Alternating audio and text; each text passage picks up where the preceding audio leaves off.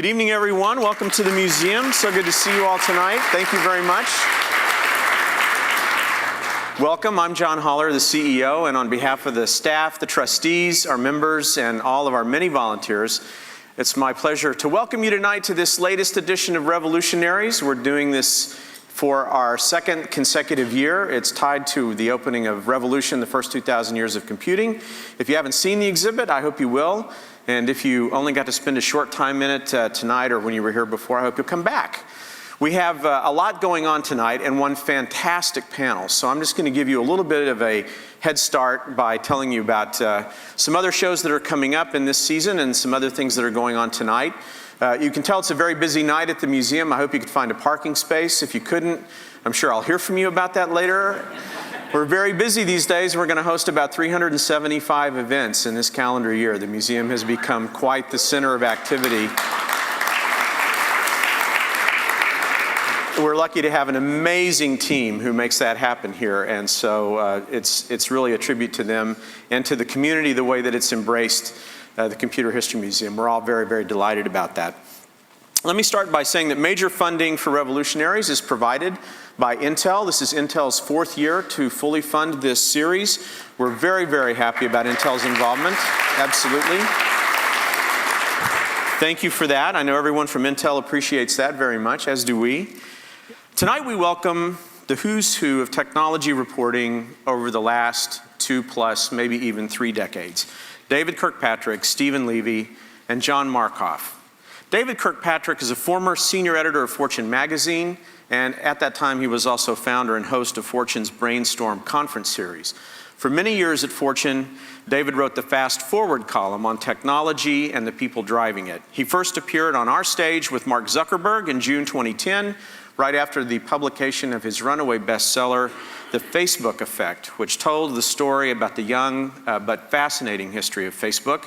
David provides regular commentary on technology for Forbes.com, but mainly these days he serves as the founder, CEO, and host of the fascinating and intelligent Techonomy conferences around the country. If you haven't checked out what David is doing with Techonomy, please do that at techonomy.com. Stephen Levy began writing about technology in 1981 and is one of the most prolific tech writers in the country. He produces an amazing amount of long-form tech journalism for Wired Magazine and Wired.com. He's the author of 8 books, the most recent of which is In the Plex, which focused on how Google is shaping everything, actually, as he relates, as well as the best-selling 2010 book, Hackers, Heroes of the Computer Revolution. John Markoff began writing about technology in 1976. He's covered almost every aspect of computing technology and its people, largely from a base in Silicon Valley over the last 3.5 decades. His best-selling 2006 book, What the Dormouse Said, should be required reading for anyone who wants to understand how the 60s counterculture influenced and in many ways continues to influence innovation in the Valley. His reporting for the New York Times since 1988 has been consistently excellent, and last month he won the Pulitzer Prize for his reporting on the business practices of technology companies, including Apple, and he's working on a forthcoming project about robots and robotics. Ladies and gentlemen, please join me in welcoming John, Stephen, and David. All right, so we're going to start, since this evening is a little bit of a retrospective as well as a look ahead on the careers of these very distinguished journalists. We're going to start with a little bit of a walk down memory lane. We have John Markoff on the left, we have Stephen Levy in the middle, and we have David Kirkpatrick on the right. We'll get them to talk about each one of these photographs in a minute, but we only thought turnabout was fair play. The host has to have a picture as well, so we're going to look at my picture now.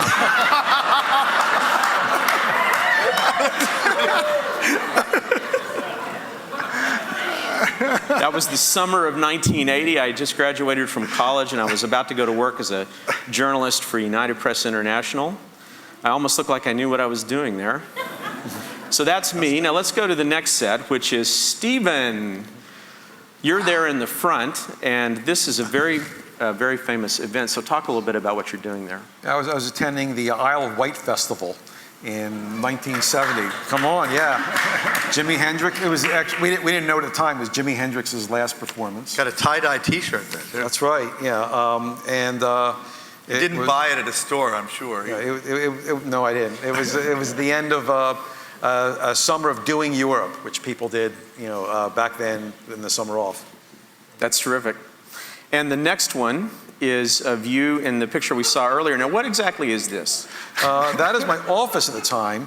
A friend of mine, bought a building, and he was going to make his apartment, like a big multi-floored, complex. And until he did that, he rented me that room for like $200 or something like that in the best block in New York, between 5th and 6th in the Village. It was around the corner from where I lived. And as you see, I have just the latest in technology. There you see the paper from the dot matrix printer out there, and of course I had cable management totally under control. That's great. And the next one is also of you with someone quite well known. When was this taken? That was taken probably in the late 90s with Bill Gates, of course, and I was following him around on his book tour there. I think we were headed to the Today show there. That's Manhattan. Yeah. Okay, and then one final picture of you and Mark Zuckerberg. Yeah, when was this taken? This was taken, probably earlier this year. I somehow went to Zuckerberg mode this year. I wound up interviewing him several times, and I think in this one, people are there. He might be telling me about graph search there. They gave me a little advanced look so I could write about it when it came out. Yeah, I remember that. All right, good. John, you're next. Are you ready? Oh, dear. All right, here you go. Now, you're in a Giants hat because you're a local guy. Yeah, I went to a game at Seal Stadium, actually. So I'm that local. All right. Yeah. And, a true Blue Giants fan. As a matter of fact, I played on Y.A. Tittle's Little League team in Palo Alto. Did you really? Yeah. Fantastic. Were you a Cub Scout? That's a story I can't tell here. I was actually thrown out of the Cub Scouts. Because that's a Cub Scout belt. It is a Cub Scout belt. Good eye, David. All right, the next one up is a very different look at John Markoff. About when is this? So that was probably 1972. Okay. 71 or 72. I was in the Trinity Alps in Northern California, working for a Palo Alto backpacking camp, actually. Camp Unile, a wonderful place that still exists. So. And then the next one I really wanted in there because I found this wonderful clip of you talking to Stuart Chaffee. This is about 1995, I think, and you're explaining to us what this new thing called the internet was. Do you remember that? Oh, I do. So you're not going to play it. That's good. No. We're not going to play the clip. Well, the irony about that clip, well, first of all, I got totally dinged for name-dropping Steve Jobs' name because he was in my mail queue. I remember. And nobody knows that nobody cared about Steve Jobs in 1992. He was, but the other sort of terrible thing is this just went viral about 3 weeks ago, and about 10 times as many people saw it this time as they did when it was originally. What are you saying? I was explaining this thing called the internet and how I used it in my work. What year? It was 92. 92, that's right. I think I said 95, but it was 92. Yeah. And you did say to your credit, you thought it was going to be pretty important. That's great. How'd that thing work out? Yeah. All right, now, David. David, you're not going to escape from this. So this is, you're the tall guy in the back. Talk about this. Well, that's my little brother, Tom. And I actually used to want to be a herpetologist. I was very into reptiles and amphibians when I was a kid. This was in College Camp, Wisconsin. No, actually, good training for Silicon Valley. This is in Kansas City, actually. We used to go to College Camp, which is on Lake Geneva, Wisconsin. But that was a turtle I'd found somewhere in Kansas City, and I was, I guess, terrorizing my little brother with it. He looks terrorized. He looks terrorized, he does. I must have been about 10 there, something like that. And what's the next one? I don't know. Oh. That's probably me, probably my freshman year of college. Could have been my sophomore year. We all had hair issues I wasn't the at one happiest time, I think. Yeah, well, it was so that would be 72-ish. Yeah. Great. And now today. Yeah, that was last year at our Detroit conference. We have good T-shirts at Techonomy. I can tell. That's a nice one. That's right. That's your Techonomy tee, isn't it? Yeah, we have a bunch of T-shirts, but that's my favorite one. All right, good. So now that we're all sufficiently warmed up and everybody is taking all of us a lot less seriously, let's begin. So I want to talk a little bit about your early days of your career. And the first thing I want to ask you all, and Stephen, let's start with you. Who was the editor, the person who first said, we're going to put you on this beat about technology? Well, no one said they were going to put you on the beat about technology. I was writing for Rolling Stone there. They didn't have a beat about technology. Yeah. What happened was, actually, I credit it to Jane Fonda. Jane Fonda had a film production company, and she hired an editor named Susan Line, whose job it was to get magazine writers interested in writing about different stories they might make a movie out of. So she came to me with the story. She had been talking to some computer people to do a story about these people called computer hackers. This is in the very early 1980s, and I had never touched the computer before, and certainly never heard of computer hackers. Most people hadn't. And when I did the story, I was just totally fascinated with these people and that world, and decided to write more about it, and wrote about it for Rolling Stone, and then other magazines, trade magazines in the computer world, and just kept going. And was there someone who said, we think this is really important early on, or were you just writing it because it was something you were really interested in? Well, the people here all thought it was important, and then it was my job to convince the people in New York where I was writing that it was important. And they were starting to get it. They were interested in it, but there were very few people who were professional writers who were addressing themselves to that issue. And then from the computer magazine side, they were all getting ads, and they were getting some money, and they said, wow, we want to switch from being hobbyist magazines to magazines that hire professional writers. So I found work there too. I did a column on telecomputing for one of the magazines, Popular Computing. So I was actually writing about getting online in the early 1980s. Of course, I was getting online with a 300 baud modem. So you read the articles very slowly. Yeah. It seemed miraculous at the time. Yeah.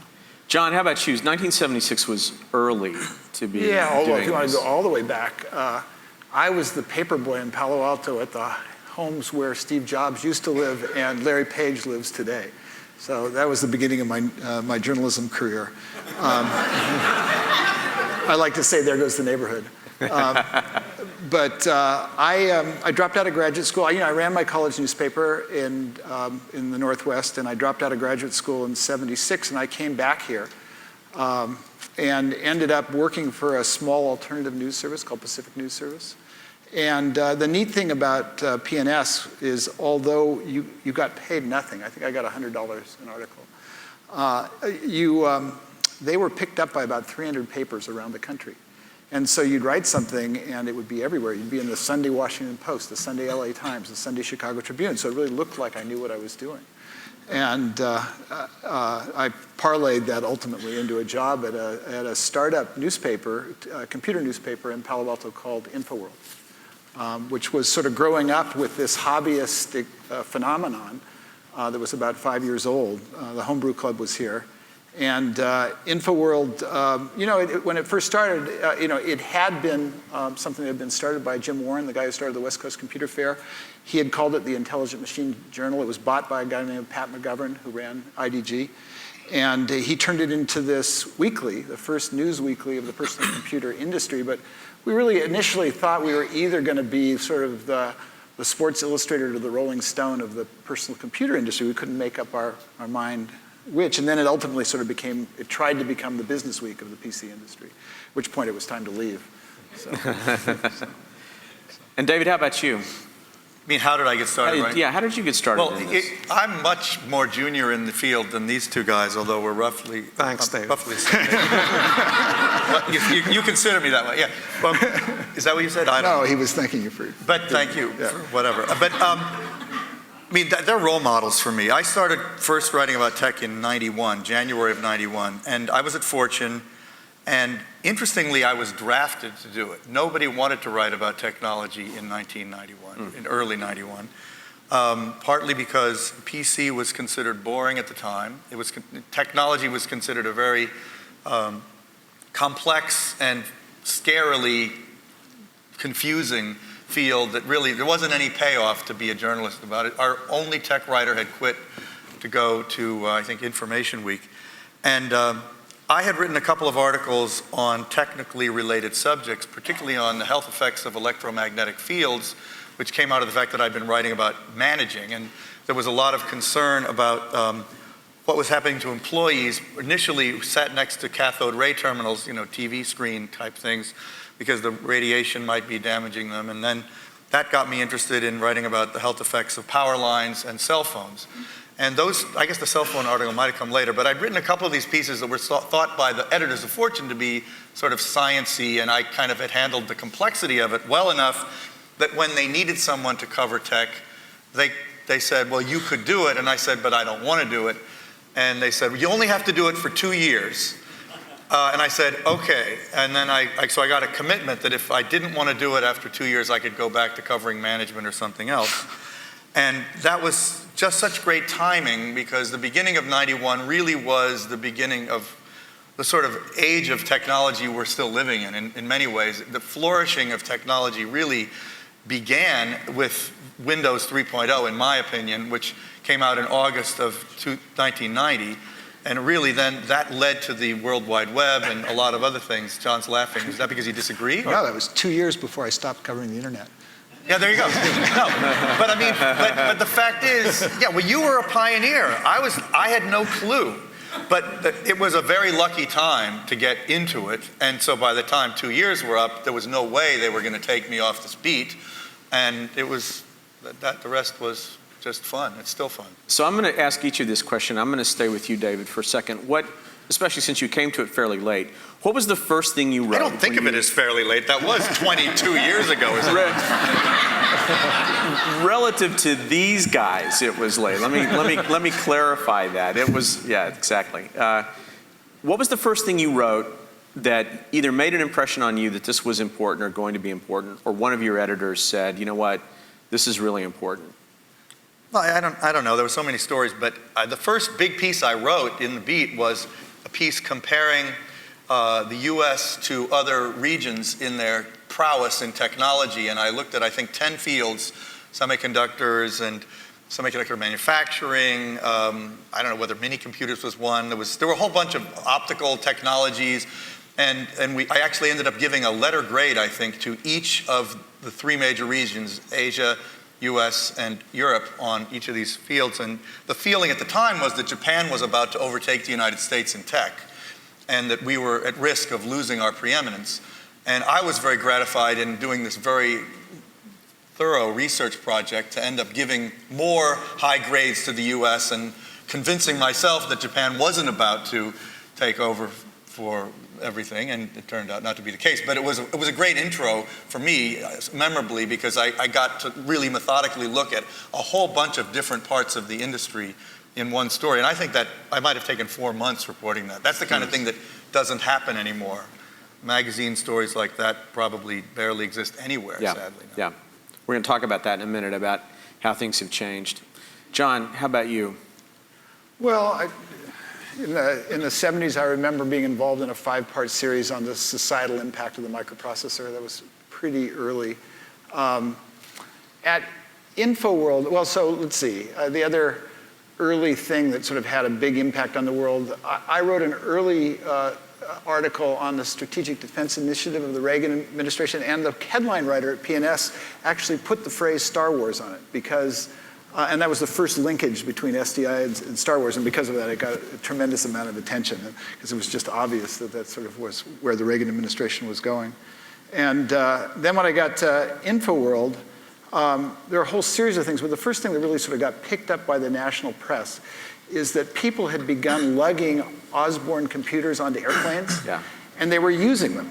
If you can imagine what an Osborne would do to the tray on and so I got some guy to put an Osborne in an anechoic chamber, and of course it was giving off RF all over the place, and it was stepping all over the landing beacons, and so it raised the issue of, which is still an issue how many years later, electromagnetic radiation and airline safety. So you're the one that led to us all having to turn off our stupid electronic devices? I actually don't know if there's that connection, but it's possible. You're gonna, Gee, thanks, John. Really? still an open question. So very early on at Mother Jones, I had a small freelance article, which may have been the first article about cyber war. This is probably 78 or 79, and I discovered there was a back door from the ARPANET to Moscow. And at that point, it seemed like a kind of humorous thing, but it actually had enough impact within the Reagan administration that they killed the funding for this poor little math institute called IASA in Vienna, because they were the modem. At this point, they were up to 9,600 baud modem link between Moscow and Vienna. Now, how did you discover that? Some guy in the ARPANET community told me. I was a very early ARPANET user as a journalist. I wanted to get access to the ARPANET because there was a mailing list called Human Nets. It was a very sophisticated discussion amongst technologists about the impact of the technology. And at that point, if you could find your way to a ARPA tip, which was at Ames, there was no password protection at all, and you could connect to it, and then you could get to MIT AI, you could get an account. So this is probably 78 or 79, I had an account just so that I could read Human Nets. Wow. I just remembered something that I have to say. I haven't thought of this in many years. I first started using email with MCI Mail in probably 91-ish, early 90, right around the time I started covering tech. And a friend of mine who was sort of in the tech industry was trying to convince me to go on email, and I was like, why do I need to be on email? I mean, what am I going to do with that? And this person said, John Markoff is on MCI Mail. and I was like, oh shit, I better be on it then. And I did. That was the thing that got me on it. So I'm telling you, you are a role model. Well, it reminds me that, the Times thought nothing of electronic mail, and so this would have been before 92. Bill Gates came to the New York Times and had one of these editorial meetings. And during this meeting, he told the editors of the New York Times that he ran his corporation with email. And that freaked out the New York Times. And so it was a front page story in the New York Times because this guy was actually using this thing that they'd never heard of to run their corporation. Of course, the New York Times wasn't using it. I had for a while a Next at the Times. This would have been 89 or maybe 90. And I was running NYT.com as a mail server on that machine. And you were running it? I was running it, yeah. And I, at a certain point, offered NYT.com to the New York Times many years later, actually, probably in 95. And they turned it down because they said, well, people will confuse it with New York Telephone. And so I kept using it, which was a company at that point. And I kept using it.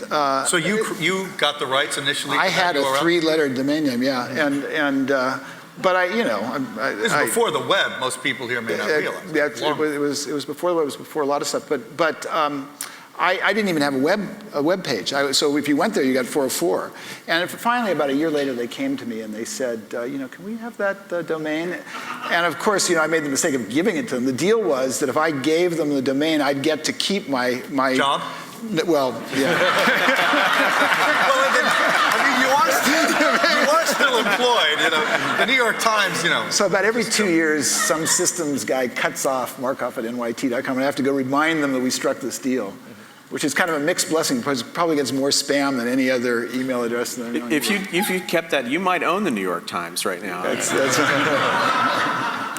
I do have a friend who, so he was a photographer who was hanging out with the Sun Java team at that time when people were just discovering that cyberspace was valuable.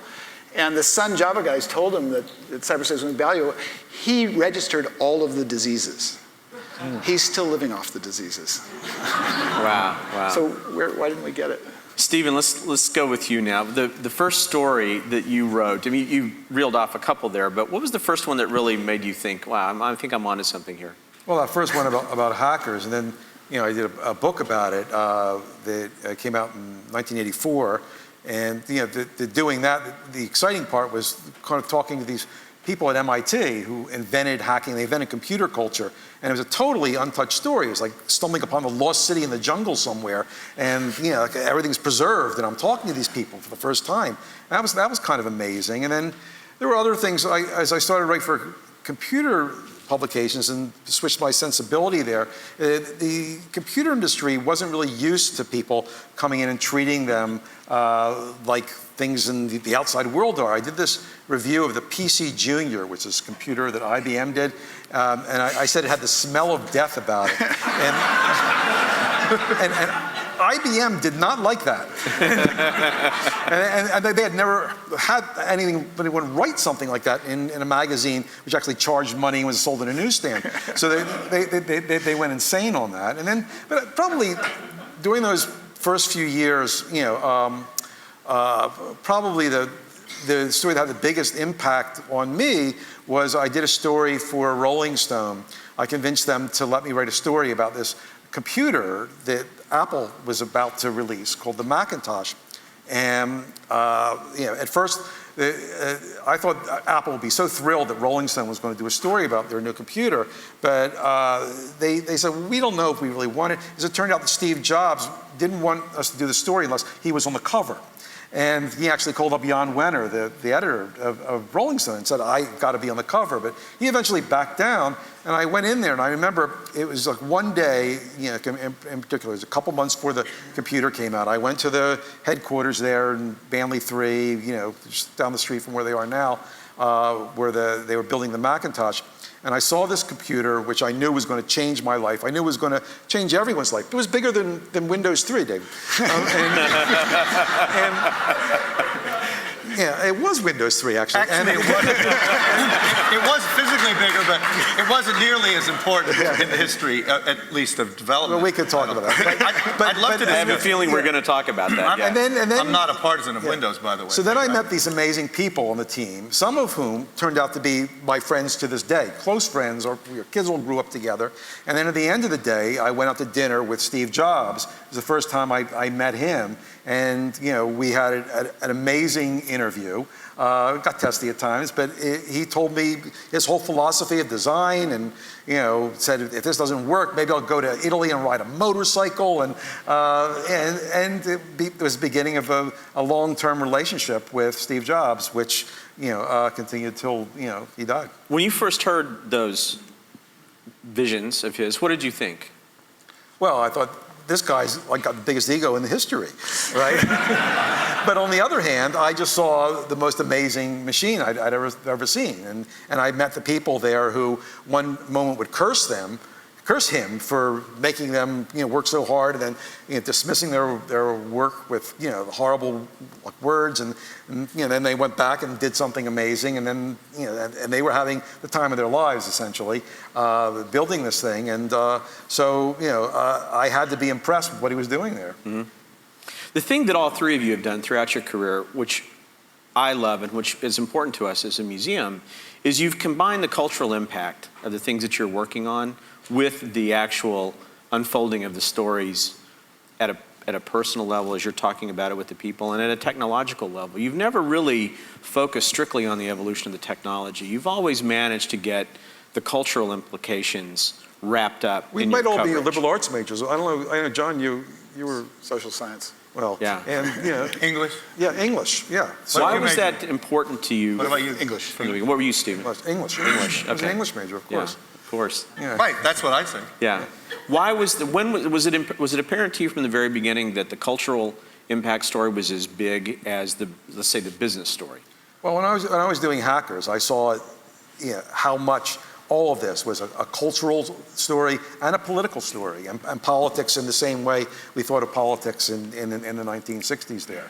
What I found, even though the hackers themselves weren't talking in a political sense, the way they worked and the way they thought and the way they viewed the technology had political impact to it. That's why I'm lucky enough people are still reading Hackers today, because the fights about intellectual property, who owns these things, and what should people be allowed to do with these things, and and the essence of Silicon Valley now, as well as the hackers saw then, is about doing what you can't do on a computer.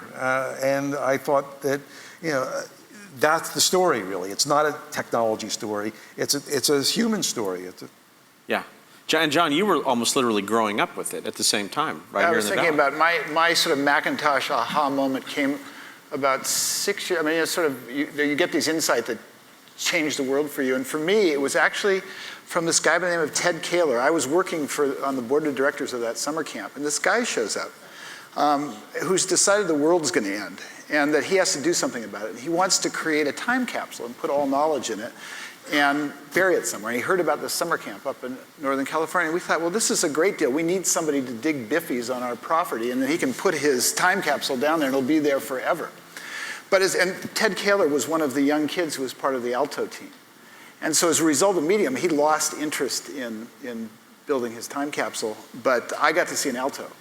And seeing an Alto in '78, I suddenly saw the future of computing. I mean, nothing would ever be the same again as a writer and as someone who's interested in networks and things like that. It was the future. So there may be some people here who don't know what an Alto was. Can you just talk about that? Alto was a research computer designed at Xerox Palo Alto Research Center by a small group of people led by a computer scientist by the name of Alan Kay and funded by Bob Taylor, who's a fellow now this year.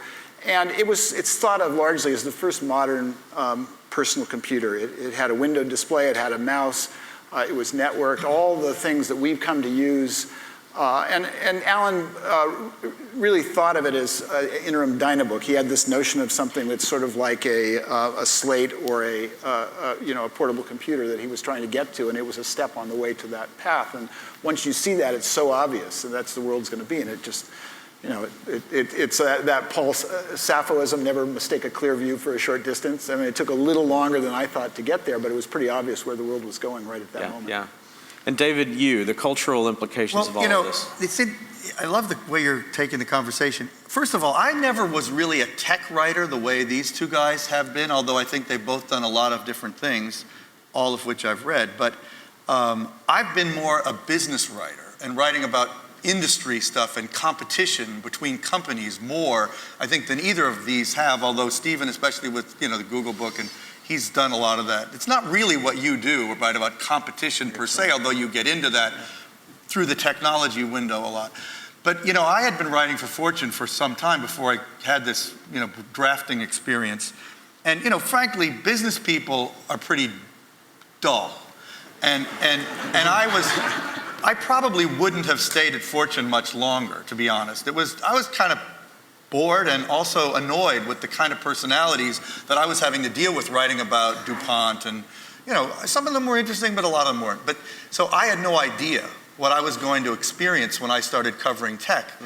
But actually John's book is very important in helping me understand why I have thrived so much as a tech writer, because he explains in his book, like nobody else ever has, how the whole seeds of this explosion of the last 20, 30 years comes from a lot of the same impulse that the 60s grew out of, this idea of the empowerment of the individual, power to the people, freedom, of, the ethos of the 60s really motivated the builders of the PC and all the things that came after it. And I'd say Zuckerberg is completely in that heritage, by the way. And I am one of these people who's always been very much a power to the people kind of guy. I was a hippie, and I didn't realize that there was a strand of business that actually was comprised of a lot of those people. And once you start, even though Bill Gates is kind of a jerk a lot of the times, even he didn't do it to get rich. And that's one of the really odd things about the whole industry is these people who got the most rich of any human beings in history, almost without exception, did not go at it to get rich at all. And Jobs most notably, but a huge swath of these people were really trying to change the world for the better, coming out of this set of values that John articulates and explains so clearly. So for me, I think once I started covering tech, and I realized what, this idea Microsoft had, which was obviously something we all covered very extensively, even in '91 for me, a computer on every desk and in every home was a transformational idea. It was a radical political idea. And it has had radical political implications from then until now. And this is one reason, by the way, I think that Macintosh is nowhere near as important as Windows, because it just wasn't used by anywhere near as many people. And Microsoft did successfully promulgate their technology in a way that really did deliver the vision. And then the web was built on top of Windows primarily. And I think Facebook in some ways was the next fundamental step forward.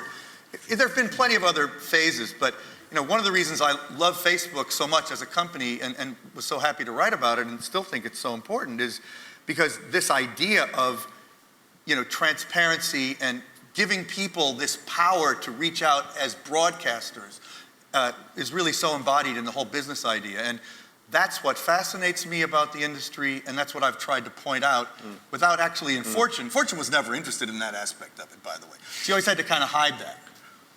I'm not going to engage you on the Mac versus Windows thing, but what you said reminds me something else about Bill Gates. You said he didn't want to make money. My sister's a sociologist, and she always was bugging me because she has this theory that everyone in America basically thinks they're middle class. That even no matter how rich you are, you probably think you're middle class. You don't want to say you're rich. People in America don't like to admit to that. And she always kept asking me, ask Bill Gates if he thinks he's in the middle class. Ask Bill Gates if he thinks he's in the middle class. And I would say, I'm not going to ask Bill Gates if he thinks he's in the middle class. And then one time I interviewed him, and I thought, oh, what the hell? So I didn't say, oh, do you think you're middle class? I said, Bill, you grew up in the upper middle class, and of course you're pretty rich now, right? But you sometimes still think of yourself as middle class. And he said, yeah, I kind of do, So my sister won it. But you don't disagree about the money thing, do you? I actually have to. I You think, do? yeah, I do. I don't think you can discount the greed gene. To me, I think it's wrong to say that Steve Jobs wasn't motivated by desire to get great wealth. And what actually set many of the companies of that generation apart in Silicon Valley was this mixture of a guy like Wozniak, who really did have no intention to get wealthy, with a guy like Jobs. And it was putting them together that was what was so unusual. And I think Bill wanted to get wealthy too. I mean, I wouldn't give these guys pass on. They weren't passing up They were money. capitalists. But I think that wasn't what was the driving force there. I think you'll agree with that. It was, they were excited about making money. They did everything they could to, assure that they were making money. But I think that, Bill Gates, that was his passion. He was one of the most avaricious business guys ever in America. No, but that was not for money. He is a very hardball player. Anybody would agree with that. But it was never in order to make more money. It was to win. Bill Gates is the most competitive. They always said that, but I thought that was he is so competitive. They said, oh, the money's just about keeping score. Yeah, right. No, look, I also no. But you know what I think happens? What I think happens with this kind of wealth is there is a phase shift that happens, and it's happened to Zuckerberg definitely. At a certain point, you say, oh my God, I really can be rich, and then you start wanting to get more, and I mean, you start competing with money. But whether it's not. I'm not saying they don't want to have the money at all. But the fundamental motivator, especially for Gates and Zuckerberg, both of whom I know quite well or have spent tons of time talking to, I really don't think money is nearly as much of a motivator. In Gates' case, it's especially power. And in Zuckerberg's case, it was really this impact thing. But now there's no question he wants to be richer than Bill Gates. That has happened. Bill Gates is, getting less rich because he's giving away billions of dollars to philanthropy. Maybe you see a bad dark side. I've been in Bill Gates' house. Okay, I mean, no, he's a consumer. Look, let's face it. But it's not like he's living a simple living kind of lifestyle.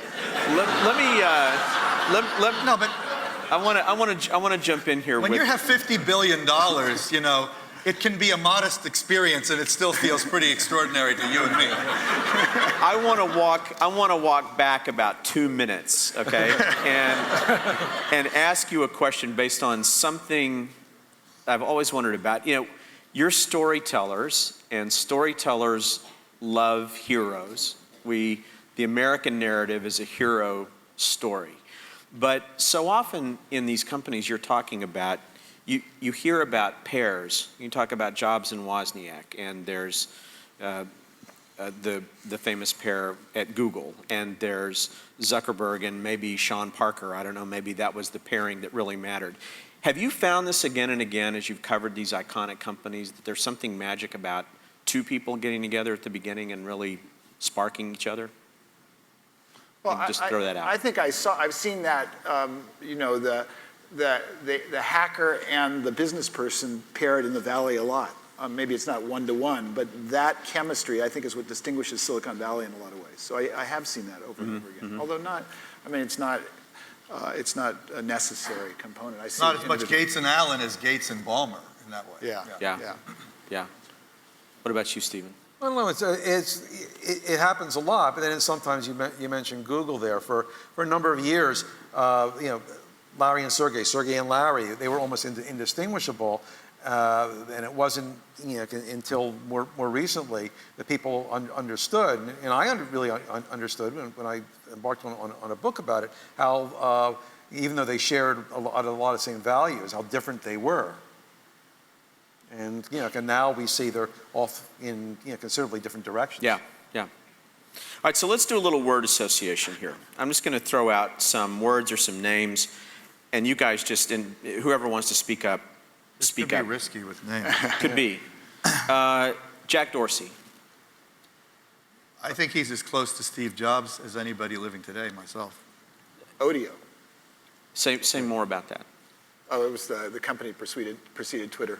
The company that failed. Yeah. And Flak Jacket. Flak Jacket? Yeah. Why is that? I went to Baghdad with Jack Dorsey.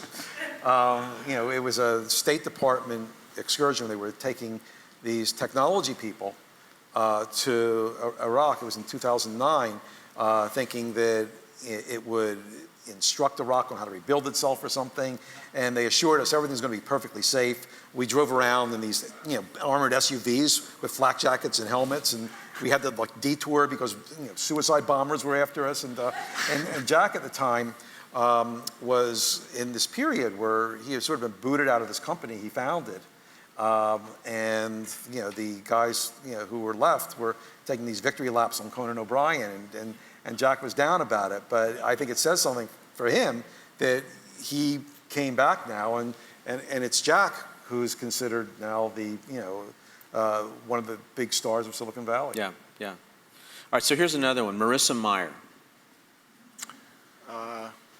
A clean and Spartan search page.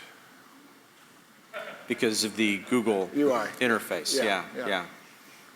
Okay. I'd say decisiveness. Again, it sounds like I've traveled with all these people. I haven't, but Marissa, I did travel with. Google invited me to go around the world with these young managers from this program that Marissa started there. And it was a 2-week trip, literally going around the world. And I saw her make 1 million decisions every day, and really got a look into her thought process, and really got to respect her as a leader and a manager during that trip. Did you know much about her before you traveled together? Well, I knew something about her. I remember talking to her, and the first times that Google put her out as one of the people that a journalist would speak to during a visit there. When you could see that she rose from being like an engineer to a spokesperson for the company, and it was unique, because very few companies could put forth a woman with a technical background that she had, and it was a great story. David. I think she's an extraordinary leader, and I think what she's been doing at Yahoo has confounded a lot of skeptics about her. She's one of my favorite people in the industry. I think she's just a wonderful person and has a lot of qualities that you don't see that often aside from her gender, which is quite unusual in terms of the work she's done. But I've been a huge admirer of her I wrote the very first piece that ever described her in any detail, and it was one of several pieces I wrote that I'm very proud of, that Fortune never printed in print at all. They only put online. But I've known her since she started coming out for Google, and I just think she's a fantastic person. I really like her a lot. Let me throw out a couple more. I like what she's doing. I really am surprised that Yahoo has the vitality it has today, and I don't think it's not a finished tale by any means, and there's no certainty where it will go, but I would be very surprised if Yahoo didn't continue to do much better under Marissa than anybody would have expected. Talk about the Internet of Things, which everybody seems to be talking about right now. What do you associate with that? Can today? I start with that? Please. Since I have an entire event on that tomorrow. Okay. So Techonomy, which is my company, has something tomorrow called the Techonomy Lab, Man, Machine, and the Network, and it's really about the Internet of Everything, which is the phrase we prefer for it. I think it is sort of the next big transformational phase in technology because of the sheer amount of data that's going to be produced and the unbelievable set of opportunities we're going to have to create decision-making and control on top of that data. I have no idea what all of it will amount to, but I'm certain that it will be transformational. Because really, you almost are going to get to the point where you can look around and see anything in this room, and it quite possibly can have intelligence in it or connectivity in it that could allow it to communicate with other things in this room, other things in the world, with us, things we wear. I really am excited about it, and this is why for Techonomy, it's the first time we've ever done an entire event on one subject. And so that's a big shift. Well, my association and it's tomorrow at SRI from 3 o'clock to 5:30, and you're all welcome to be there, and love to have you come. So my association is with June issue Wired magazine, because this week our cover story is on the Internet of Things. Okay. Good timing. So, I mean, you know, everybody sort of... I could outplug you. Like, Please, let's... and I'd like to we're in the right area. I'd like to plug Mark Weiser, who is the Xerox researcher who coined the idea of ubiquitous computing, which I think is what we're talking about here. And to me, it's the, you know, everybody talks about innovation in Silicon Valley. There have been a couple of big ideas that the Valley feeds off of. One was personal computing. The Valley fed off that for a long, long time. And ubiquitous computing is that kind of an idea. And to me, it is sort of the flip of personal computing. The computer disappears into everyday objects and they become magic. And that's what's going on right now. And the first guy to get it, was Steve Jobs. You know, with the iPod. I mean, I think that in some ways was the first ubiquitous computing device. Although Weiser was talking about it long before that. But I'm talking about who was able to take it and translate it into a successul commercial product. And you know, then what was the iPhone? It was the telephone becomes this magic thing. And that's what we're seeing. That we're going to work through every object around us in the world, and they're all going to become magic. I remember Mark Weiser at Xerox PARC one time. I was interviewing him, and he picked up a 6-pack of Coke, and he said, "There's going to be a computer in each one of these." And I was like, what the hell is he talking about? I really didn't have a clue, but I remember it. It was a very striking comment. Yeah, sometime in the 90s, around the time Bill Joy was doing Ginni, which was going to connect everything like that, we were doing a story on it for Newsweek, and it was going to be a cover because we did these specials on technology every so often. And I begged the people in the cover department to dummy up a cover with a dishwasher on the cover. And the headline was, will your dishwasher be on the internet? And our editor, who was a great guy, looked at it and said, not a Newsweek cover. So I have the printout that they dummied up for me, actually in my office now at Wired. We talked about heroes a minute ago and the hero stories, and when we were preparing for this, you said that you also would like to talk a little bit about the unsung heroes, the people that you've met along the way who've made a tremendous difference and maybe don't get the credit, or maybe you wrote about them and nobody has really noticed. Who are the kinds of people you think of when you think about the unsung heroes in your careers? Stephen, you want to talk about that? Well, I go back to some of these people at MIT that were so influential and so amazing, these early hackers, and they were like fantastic people, and these people, like really, we wouldn't have an argument at all about whether they were in it for the money, because they weren't, and they didn't get any, and but their souls were in it, and they saw their environment as a paradise, that was protected from the world. They just hacked and invented things and built things and loved it. And you talk to them now and just they lament the loss of that special time. And they actually had a lot of conflict when they talked to me about it. On one hand, they knew what they were involved with was really important and didn't want to see it go away. On the other hand, they felt they were almost violating something sacred by letting it out, by having other people hear about it, by talking about it. So it was a fascinating dynamic in those conversations. And in your view, do you think that's really been lost? Is that part of hacker culture gone forever? Well, that part of it, the way it was then, and you have to say, they had to be physically in the same room together because they were around the computer. They weren't networked in. And when time sharing came in, they fought it. They didn't like it because they didn't want to have to share the computer with anyone else. But that part of it's gone. But on the other hand, I think the great triumph of what they did was some of their spirit just went out into the world for all of us because it's like built into those machines. Very similar point to Stephen's. I mean, I saw that same culture here. I mean, I guess I'd have to say the guy who expresses it best for me is a man now retired. His name is Bill Duvall. And, Bill not only, there was a Watson come here quick moment for the internet. There was that first packet, and Bill was on the Menlo Park side of that conversation with Charlie Klein, who was at UCLA in 1969, I think. Yep, 1969. And so not only did he sort of work at the beginning of the internet, he worked on Shaky, the very first robot, the first autonomous system. He wrote the first assembler for the Macintosh. He wrote the first C for the Macintosh. He was the CTO of FileMaker. I mean, there was a whole generation of people like him who were in it because they were, wanted to be close to the machine, essentially.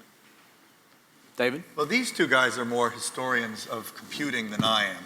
But I just thought of somebody when you said that who's not unknown by any means, but I think doesn't get nearly the respect that he deserves, and that's Ray Ozzie, who, in my opinion, really did precipitate a lot of what we see today in social. The idea that, Notes was the first mass social product, really. In fact, one of the great pioneers of Notes, Sheldon Laub, is in the audience tonight, who I know because I wrote about him in '92 as being this big user of Notes. I wrote tons about it back then, and I don't think my editors had a clue why I was so excited about this whole thing of groupware and collaborative tools in business. But it was kind of because I was, at that time, it was dawning on me, this whole thing that John wrote about, in effect, that, the idea that people in companies at the bottom could have tools to communicate with each other without management being involved, which is one of the reasons that failed, by the way, at that phase. But that really that laid the foundation that Facebook and other services today built upon. And I don't know, I have tremendous admiration for him, and I think he doesn't get mentioned often enough as one of the great visionaries of the industry. Great point, great point. All right, I've got a huge stack of audience questions here, and just one last question from me before we get to these. We've talked a lot about you covering technology as culture, but let me ask you one question about covering technology as business. For decades, you guys have written about companies, stories, breakthroughs that can move markets, literally. What's it like to cover an industry where you're writing about something and that can happen? I don't know. I don't know about these other guys, but to me, the stock price of a company is the least interesting thing about what I write about it. And when sometimes you go on a CNN squawk box and all the host cares about was Apple going up tomorrow? Is Apple going down tomorrow? And that bores me there. I mean, when there was a tech bust, it was really clear, I think, to all of us out here that was just like a valuation bust. The technology didn't stop. The internet didn't stop growing, and the interesting things didn't stop at all. Obviously those things do matter, and I'm not investing myself on inside information, but as what I'm covering, that's not it. Yeah, that's it. We'll just take it as a given. You're not trading on anything that you're writing, so all of you won't have to say that again. But that's good. Well, we don't know. Look, these days, sometimes you look at these the websites of journalists, and you get pretty complicated conflict of interest disclosure statements there. Yeah, absolutely. John. Well, I was never, in 2009, I left the business section. I had in some ways served under duress because it was never what motivated me. I mean, it was clearly more and more what the story was about Silicon Valley was the business story, and it just was a story that was less and less interesting to me. I mean, from my point of view, I've never really given much thought when writing an article about a company what that impact might be on its stock price. It just isn't the way I thought about it. On the other hand, I wouldn't say what Stephen said exactly, because there's no question that the intricacies of finance and the way they interact with what companies are capable of doing in product development and managing are all connected and can't be disregarded. But I would also say that I find it really pathetic how broken Wall Street is.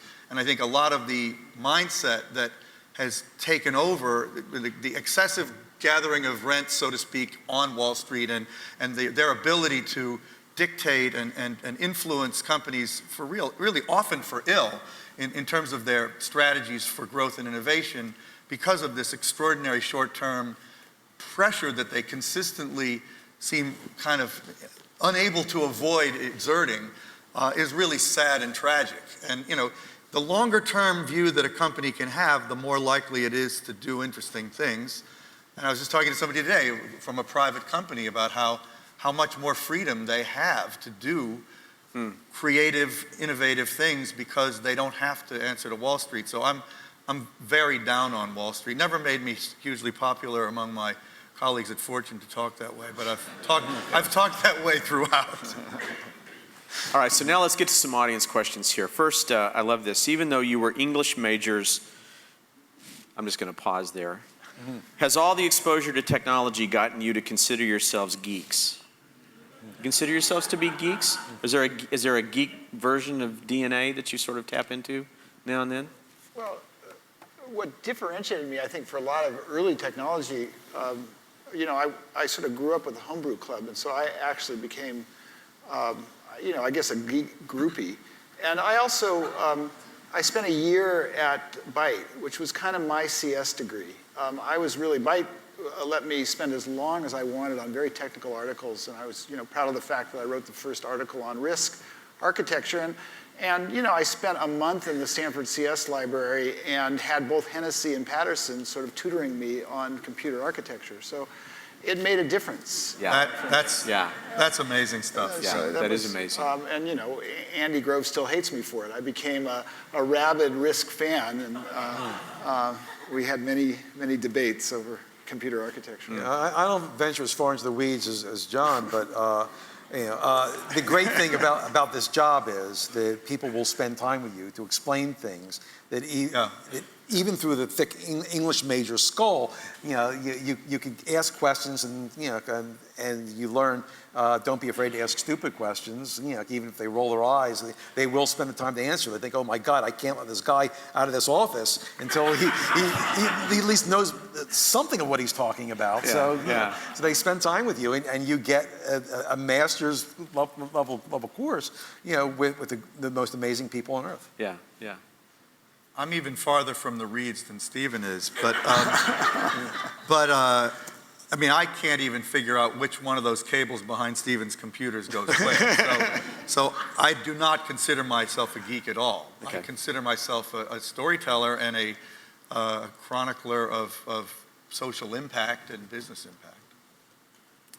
In your years of reporting, who was the most persuasive person you met, the best at selling his or her ideas you've ever encountered, and how did that person do it? David, you want to start? Well, I'd say if any one of us doesn't say either Jobs or Gates, I would be surprised because, all three of us know that these two guys knew Jobs quite a bit better than me, but I knew him fairly well. Both of them Gates is still amazing at selling his ideas. I would have to say it was Gates, probably.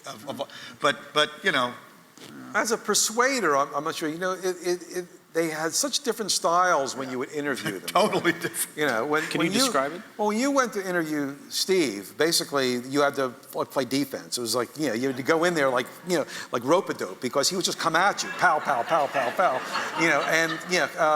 and you would have to, basically sort of divert the conversation from where he was taking it there. With Bill, sometimes he would sit back and have you come at him.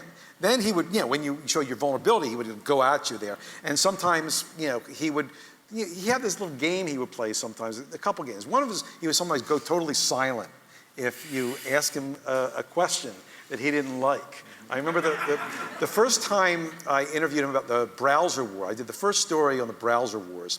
And we had just come from Netscape, and my editor, for some reason, decided to come along with me on the trip or something. He heard some good restaurants in Seattle. So, so he accompanied me to Gates's office, and he couldn't believe what happened, because I started off in this long introduction. Well, Bill, we just came from Netscape, and they have this browser, and they say it's going to be, the operating system of the future, and blah, blah, blah. And I finish my question there, and it does end in a question, how's Microsoft going to come back? And he just sits there. And he's sitting there. And he's sitting there. And I'm thinking, I've only got an hour with this guy, right? And so finally I said, well, while you're considering that, but the amazing thing about Bill is that you have to listen incredibly carefully during an interview with him, because sometimes if you get too involved with the clock, or getting all your questions asked, you fail to say that he's answering what you want, but not in the way you expected there. And sometimes he'll circle back to that question he didn't answer 20 minutes later and give you a very succinct answer there. Yeah. So the difference between Gates and Jobs is Gates was one of my most enjoyable interviews, although it was the most confrontational. It was entirely intellectual, in a sense impersonal. He could tell you that that's the most stupid idea in the world. Oh, he said that like every interview, at least twice. But it was all intellectual combat, and No, he threw a pencil at me once. You got under his skin. But Jobs, it was entirely personal. And in a sense, even though I had this great respect for Jobs, interviewing Steve Jobs was the thing I liked least, because of that sort of highly, he would walk out on you, he wouldn't show up. We got into this rhythm when he sort of started rocking and rolling when he returned, where it was this game where my goal in going into one of these interviews was to get one quote that actually was off message. And mostly I failed. He had something he wanted to communicate, and it was on his terms. I did get to him to say that taking LSD was one of the 2 or 3 most important things he did in his life. And I got him to say that nobody read books anymore.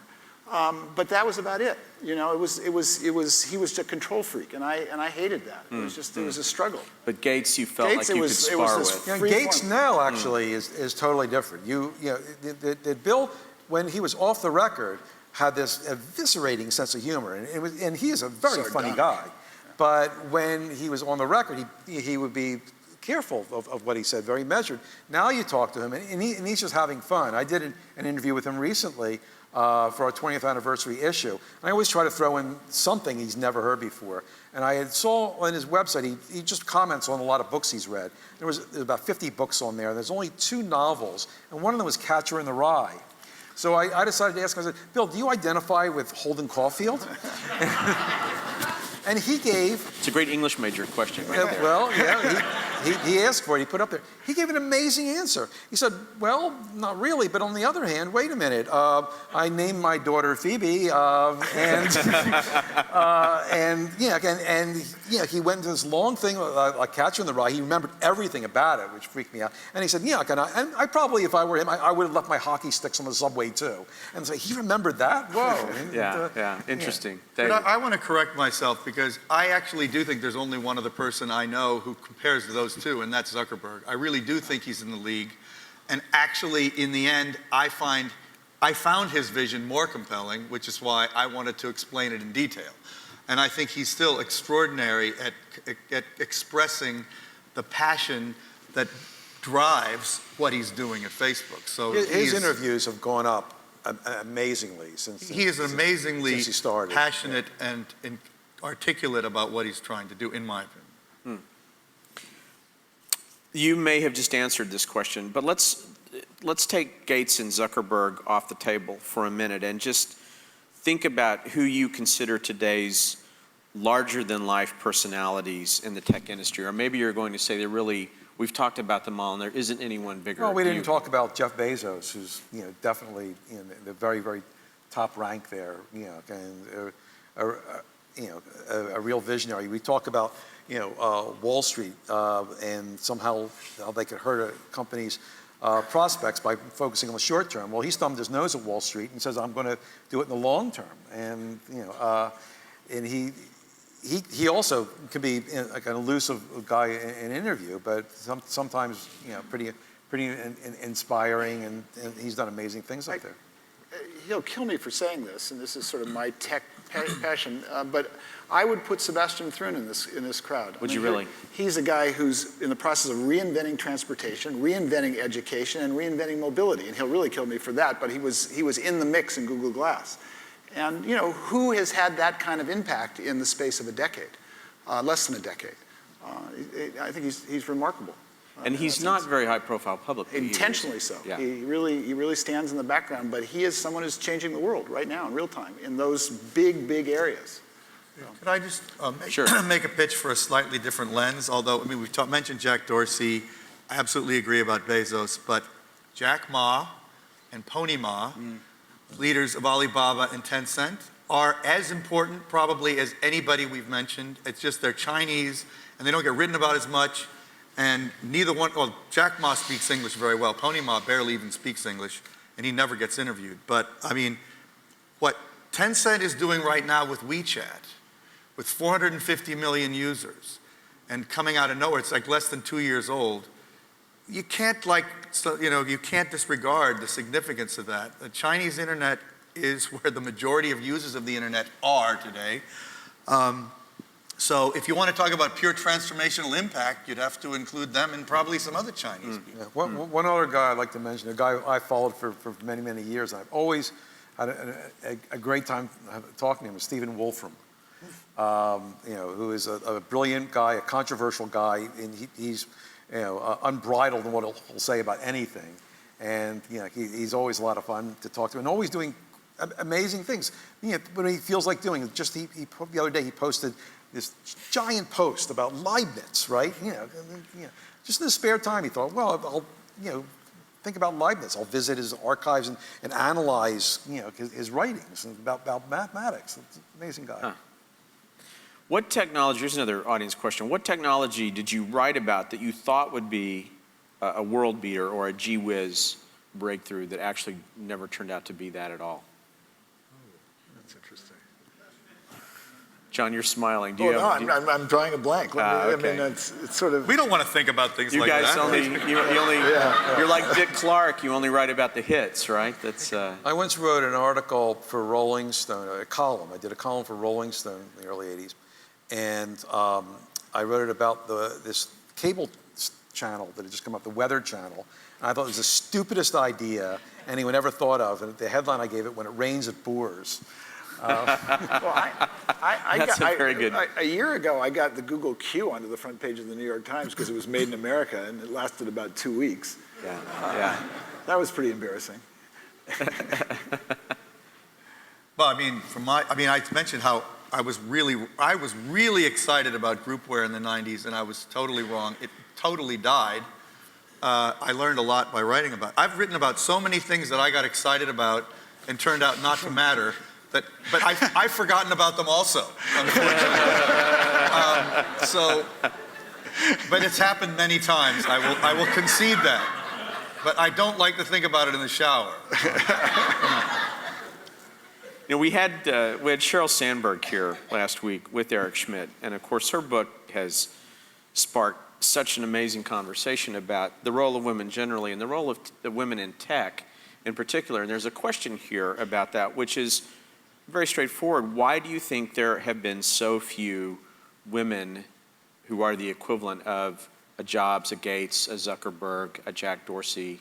Well, there have been no women equivalent to any of them, first of all. So, but just go on with the question. That is the question. But I mean, that's just, nobody would argue that. There haven't been any women in the American tech industry comparable to that. Have there been? I mean. As captains of industry kind of people? That have that kind of transformational. And why? Entrepreneurial impact? Well, I mean, theories we live in a sexist society. Should we start with that one? I mean, that's sort of elementary. Yeah.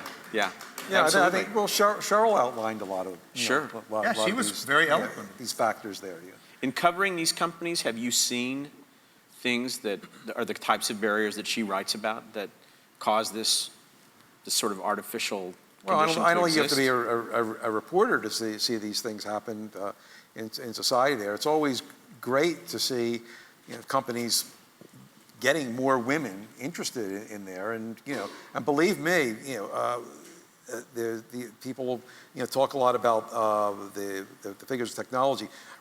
people in our industry are among the people who most want there to be a balance there.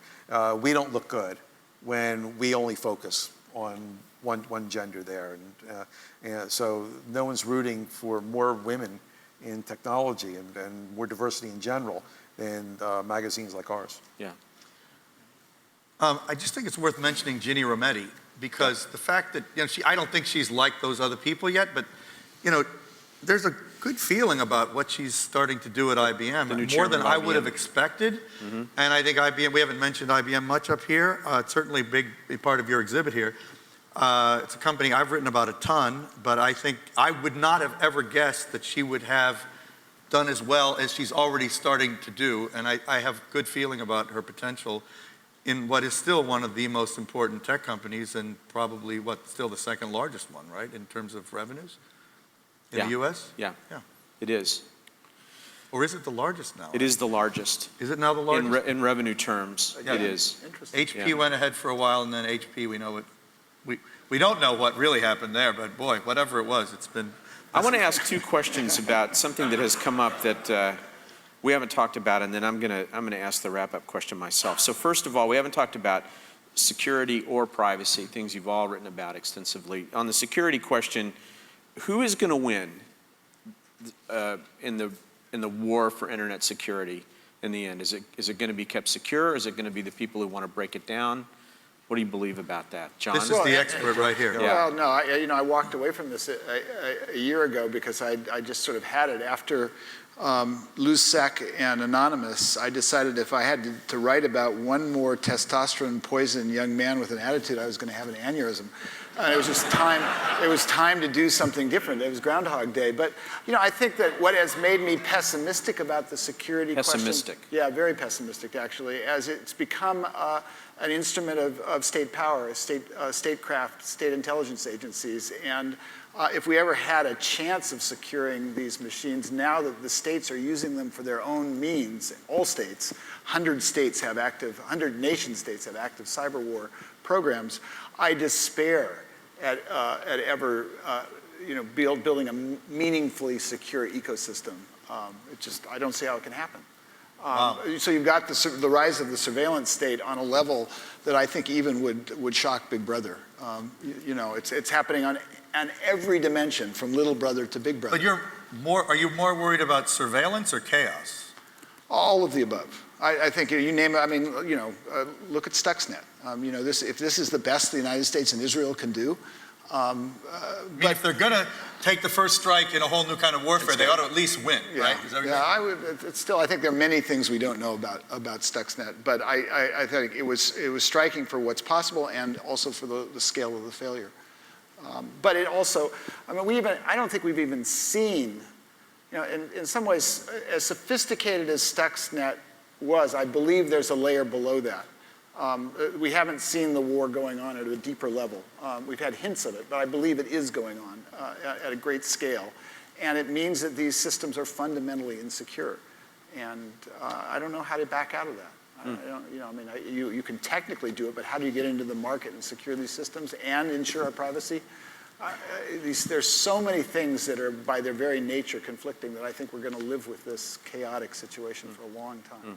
I think the mood in the industry is more and more pessimistic about what is like the kinds of risks that we may very well face because of cyber warfare, cyber terror, hacking at its worst. I think there's not a general feeling of optimism at all, and that scares me. Yeah. And is the privacy question completely caught up in this as well? The question that came up from the audience was really about the privacy battle between the individual and the corporation. But John, it sounds like you're far more worried about the privacy battle between the state and the individual. Well, I was trying to say that coming from both, the individual is under attack from both directions, little brother and big brother. I mean, just the degree to which these companies that we report on are building their business models on systematically violating our privacy is stunning to me. And every time I think I've seen everything that's possible, there's a new layer of invasiveness. And people, we have a generation of people who don't think about it the way we do. I would not say it the way. I'm curious if, Stephen, you wrote a book about Google. Do you think they built their business model on systematically violating our privacy? I mean, would you say it that way? Well, I know they didn't think of it that way. I think that That's part of the problem. the question is, what are the boundaries there? What are the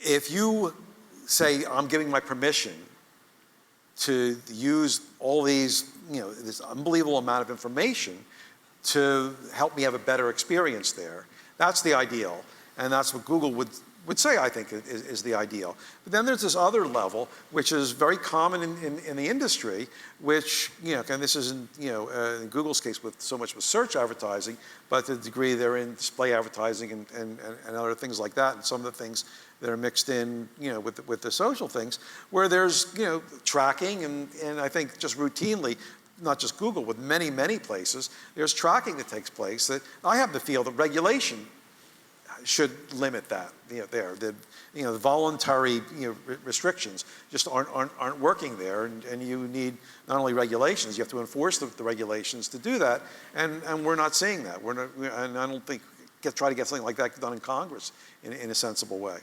Yeah, dream on. I mean, that ain't gonna happen. Yeah. I mean, one of the real tragedies of the industry that we know fairly well is that there's almost no one in Congress who knows it fairly well. I mean, maybe 5 people in the House and the Senate combined would be able to talk even in this conversation and even know what we were talking about. I mean, it's pathetic how disconnected Washington is on balance from the realities of the pace of change, the internet's significance, the subtleties of the business models. I just don't, I'm really, I feel as bad about those Washington people as I do about the Wall Street people. Really. Well, Well, and as journalists, we have to say what the government is doing. They're subpoenaing the records of AP reporters. That AP thing is really horrible. Which I find horrendous. Horrendous. Yeah, well then look at the behavior of the Bloomberg reporters. I mean, to sort of cut it against both ways. I mean, that was just a start. Let's also not leave out other countries, because the U.S. is not singular in its governmental ignorance about tech. I think there's really only one country that really gets it, unfortunately, and that's China, in my opinion. The government in China is full of people who completely understand the internet and what's happening and what's possible with tech, for better or for worse, and that is something that more people in Washington ought to spend some time thinking about. Let's wrap up with a couple of maybe more uplifting points here. One is... You picked that question. I did, and I'm sequencing them for that reason.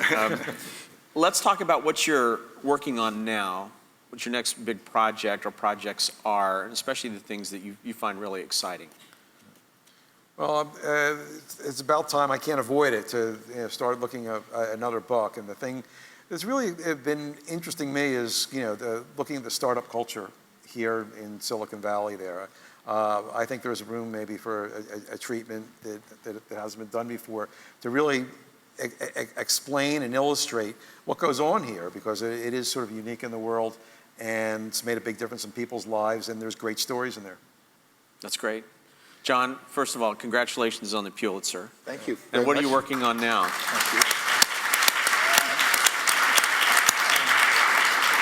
So I'm in the second week of a very short book leave.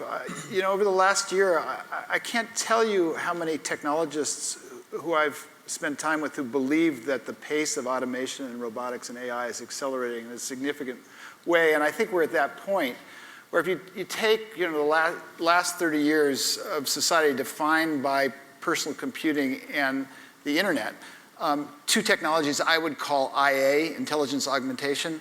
Now we're at this point in society where the next 30 years, I believe, are going to be defined by artificial intelligence and robotics, and it's going to have, actually, I believe, a more profound change on both the structure of impact on both the structure of society and particularly the economy. The structure of society. Yeah, the structure of society. I mean, you have people like the chairman of the ACM saying there will be no human work by 2045. That's like a big deal if that's true. I mean, machines will be able to, once again, we get back to that Paul Sapphoism. But the FT just reported that between 2007 and now in the United States, there were 2 million clerk jobs lost.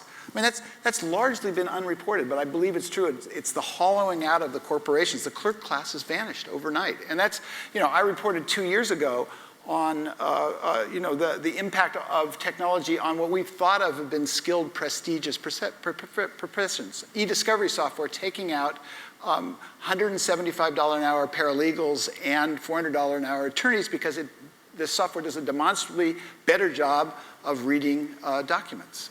Those kinds of things, radiologists being transformed. So you look around, it's not just blue collar work, which is actually happening at a really dramatic rate in terms of routinized labor. So, I'm poking around there. I'm actually doing it by looking at the people who are doing the design and trying to profile them. Great. And David, Techonomy's become this juggernaut that's amazingly successful. Well, I don't know. I wish it were more of a juggernaut, but it's what I'm focusing on now. I'd love to write another book someday, but there's no way I'm going to think about that while I'm trying to build a company and building it around this idea of tech's fundamental transformational impact, which we've sort of been talking about throughout this whole conversation. And that's what we're all about in a way, trying to wake up those people in Washington and Wall Street and general business, who mostly business leaders I don't think get it either, unfortunately, how fast all this stuff is changing, Internet of Everything, the impact of jobs, of technology, automation, and robotics on employment, which John, one of the best, maybe the single best session at last year's our flagship Techonomy conference was moderated by John, and it had Rodney Brooks of Rethink Robotics, who's got the robot that the workers can program without knowing any software, just like move its hands and it does the thing, and it's $25,000. And then Andy McAfee, who's an economist from MIT, who really contextualizes the reality of the data that there is a really good mathematical case and observational case that jobs are beginning to go away. And I am very afraid of that, and I think it might not necessarily be a bad thing, but it means rethinking a lot of the functions of society, as John was sort of implying before. But we don't have leaders in any part of society who are prepared to do that rethinking. Those leaders are all like the 22-year-olds coming out of college, and are we going to they understand a lot of this stuff more intuitively, but they're not quite ready to run society, so we have this incredible disconnect between what's really happening and the people who are in positions of authority. So that's really what Techonomy is all about, to try to do something about that. But this Internet of Everything event tomorrow, I think people will come out of there, if it goes as well as I hope it will, and they're going to say, wow, this is a big deal. That's the kind of thing we're trying to make. That's the point we're trying to make on a lot of different topics. And finally, because everything has changed so much since we started out, and my roots are there too, I say it as a we. If a young person listening or watching or in this room tonight wanted to try to emulate the career of journalists covering the convergence of tech and culture and everything else, given where the industry stands today, what advice would you give them? A journalist? Yeah. You mean to do what we do? Exactly. No, I was just going to say, major in English. I really do believe the liberal arts get a bad rap these days. Yeah. But I think be a curious person and don't be afraid to ask stupid questions and just go at it, Yeah. And by the way, if you're a young person wanting to be a journalist, prepare to be an entrepreneur. You're going to have to create a job. You're not going to get a job in most cases. Yeah, interesting. I was at Google I/O this morning, and it was sort of amazing because so much of journalism has been just decimated, with all these layoffs and things like that. Yet there must have been, I'm not kidding, like several hundred tech journalists. That field, just keeps getting bigger and bigger and bigger. It doesn't seem like it's surprising. It's not over in terms of what we did. I could, without blinking, I could tell someone to go and do it. I don't know where you're going to be sitting in 10 years, but I'm pretty sure you'll have a job, and it'll be an interesting job. But wait a minute. If everybody wants to do it, maybe it's not the right thing to do. That's another thing. I am distressed by how every journalist thinks they need to be a tech journalist now. Because honestly, well, they'd like it isn't. To get some money for doing what you got to. I don't know what I'm saying here, but there's something wrong with. We all basically started doing it when it was a pretty unpopular thing to do. The year was 1997. Even when '91, when I started doing it, it was very unpopular to do. If it wasn't for Monica Lewinsky in 1997, the press would have written about nothing but the internet. That was the Starting year that that year, the bit switched. Because of what? Because of stock prices. It was the bubble, yeah. But So it sounds like you're all saying a version of the same thing, which is be prepared to be entrepreneurial and create your own place in the world and Well, they have go to. I for mean, it. they really, the journalism is going to be reinvented now. Even now, what you see in online isn't really native online. We're still even the most advanced stuff is still half carrying on the pure print thing in an online form there. But someone, and I think it's going to happen in the next couple of years. I hope we do it at Wired. We have a new editor-in-chief, but there's going to be a reinvention of journalism that's native digital. But I was absolutely shocked that the New York Times got away with what they got away with last year. We did Snowfall, which was this sort of new approach inside this media. How could the oldest of mainstream media set the tone? What strikes me is the And you got a Pulitzer for that too. We did. We got a Pulitzer for it. I mean, how could that happen? I mean, all this new media sort of froth, and we got away with doing something that was fundamental. The joke about it around the Times is there were more lines of code in that project than were words of text. I mean, that's how things have flipped. And as a result, it was not daily journalism by any stretch of the imagination. That project took a half a year. So where are the tools that allow a single individual to operate at that level? I think at some point that will happen, but we're so far away from that. But that is obviously the direction I think how things have to move. Great. Future. One final piece of advice I might give that young person is to move to China. I'm not kidding. But they'll be censored. Well, but they're going to figure out what's going on because they're going to see it in front of their eyes, is all I'm saying. Okay. All right, good. All right, Stephen Levy, John Markoff, David Kirkpatrick, thank you so much for being here tonight.